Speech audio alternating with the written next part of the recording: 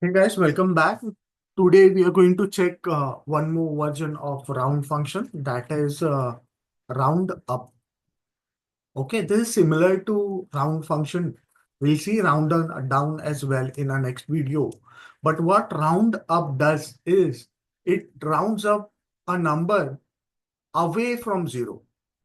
Yeah. So it will always increase a particular number towards more than zero. Yeah. And it will give you the output. Now it behaves like round, except that it always rounds a number upside. It will never go on the downside. So if you go to my previous video and check, uh, if I round the number, which is whatever which is below than 0.5, it would automatically stay as it is. But if there is any number which is greater than 0.5, it will increase the previous number by 1. Yeah. But over here in this case, it will always round up to the nearest number above, which is away from zero. Yeah. So let's first understand the syntax.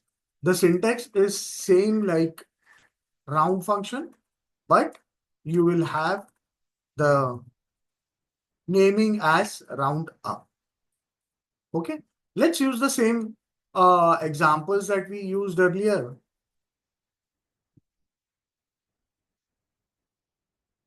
Yeah. So let's use this and change it to round up. So I am choosing to round up 0 integers since it's a positive integer that I have added in num digits. Yeah. This is where I need to provide a digit on how many digits I need to round up to. So positive digit will have positive num digit will have effect on decimals, whereas negative digits or num digit parameter in the roundup function will have an effect on the integer. So let's see what happens here.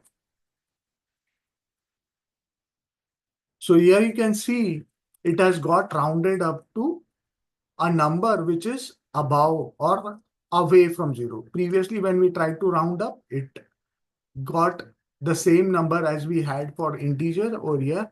Since this will not have any effect in roundup, it will always push the previous number by 1. So if irrespective whether your number is greater than 0.5 or less than 0.5, it will still increase your previous number by 1. So let's do it for 2. So let's do it for 2 digits. Can see here. Okay, let's do it for 1 digit first. Here you can see it has automatically increased by 1 since we are doing a round up, wherein or in the round function, it has not increased because the digit next to it was 4, 5, 6, which is less than 5. But by round up, it is automatically rounding up to the next number. Let's do it with 2 digits. Yeah. So you can see here the digit was 4. So it has rounded up and increased the last digit by 1. So that it has made it 5 in roundup. Let's do it for the next one. Let's make it 3. And see here, it is automatically increasing 1 digit from where I have trying to round up the number. Let's try it with negative numbers, whether we are able to do it for the integers in the same way. So I'll say round up. Ideally, so the integer number is 1, 2, 3, 4, 5, 6, which is prior to the decimal point on the left hand side of the decimal point. So it has to increase by 1. So it will become 1, 2, 3, 4, 5, 7. Let's see what is the output. Oh, sorry, we have taken by 1. So I need to. So it is rounding up this particular 5 by 1. For the 6, I have already done it in 0. So you can see the last digit, the 6 has increased by 1 and it has become 7. For the first digit, if I put -1, this particular digit 6 becomes 0 and 5 get increased to by 1 to 6, which can be seen in the output. Yeah. Let's see whether it is able to do it for the second digit the same way. Yeah. You can see here 4 has increased to 5. Same way, let's see for 3 digits.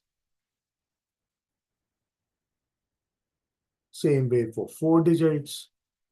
And lastly, it has become from 1, 2, 3, 4, 5, 6. It has become 1,30,000. Yeah. Same way for 5 digits, it should give me 2 lakhs.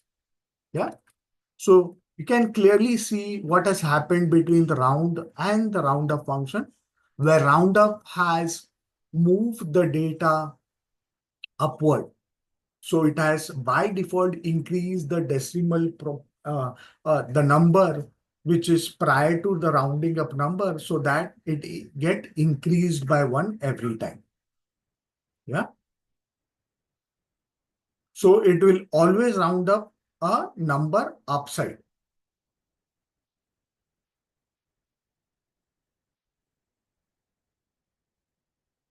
I guess I was able to make this concept clear and I was able to identify the differences between round and roundup. Hope you like this video. Do like it, share it across with your colleagues who want to learn Excel.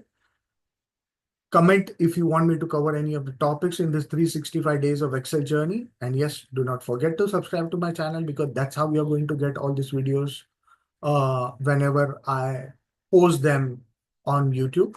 And yes, that will also motivate me to create such free content and help in sharing of my knowledge. Thank you so much.